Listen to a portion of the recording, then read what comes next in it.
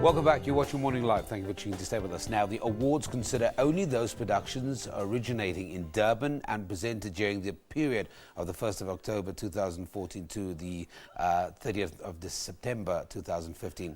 These productions represent the genres of drama and comedy, musical theatre, music revue, cabaret, children's theatre, and of course I'm talking about the Mercury Durban Theatre Awards, which will be taking place on Monday the 23rd of November at the Elizabeth Sneddon Theatre in UKZN.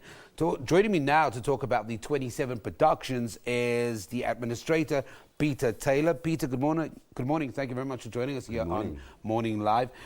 Let's maybe start this conversation right at the beginning. For those that will hear about this awards for the very first time this morning, its origin and what was the inspiration of establishing these awards? The awards came about after F&B Vita Awards ended, so we began these in 2003. This year it's the 13th annual Mercury Durban Theatre Awards. That'll be taking place on the 23rd. You've got 27 productions that were selected. Talk to me about this year's nominees.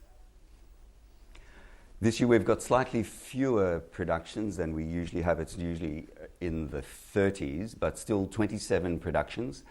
And quite a bit of new writing, which is really good to see, that we have young writers who are creating work. This is all Durban-generated work, so really interesting.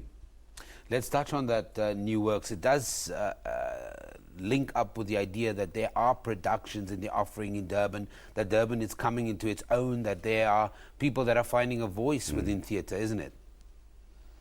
Yeah, definitely. There are definitely quite a few young people who are coming up who are finding their voice. They're getting an opportunity to perform their works here. And then hopefully a lot of this, some or all of this work will be seen elsewhere in the country. But certainly it's being tested here, and I think that the response that they're finding from audiences is very good, so it's very encouraging for them, and also for the actors and the designers who are also participating in these productions. The importance, Peter, of having an award that focuses on the creative industry solely in Durban. Just how has that managed to change and kind of maybe refocus concentration around getting that bums on seats, making sure that people that not necessarily, that fall outside of what the commercial spaces are, like Johannesburg, gets the recognition?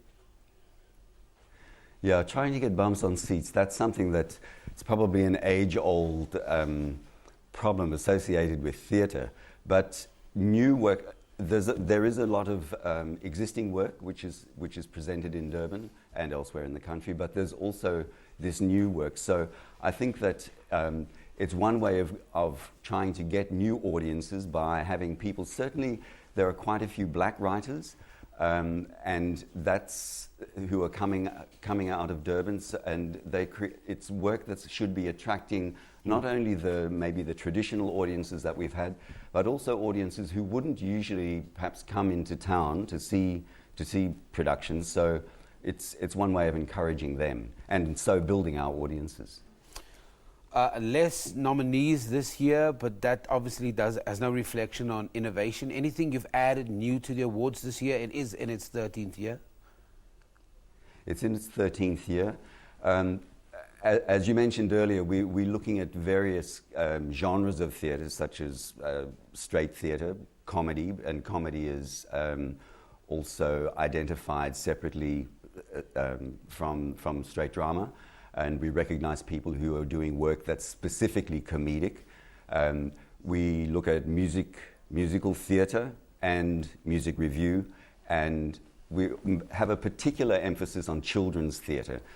We feel that that's very important because if young audiences are our audiences of tomorrow, so we try to encourage them to come and see theatre and to enjoy theatre because it's just an investment for the future for the industry. Peter, we're going to leave it there, and we wish you loads of success with your Mercury Durban Theatre Awards, which is in its third year. We're talking to Administrator Peter Taylor about the significance of the awards and what it represents for that locale, of course, of South Africa. The awards will be on Monday, the 23rd of November, 2015 at 7:30 at the Elizabeth Sneddon Theatre, UKZN Howard. We had a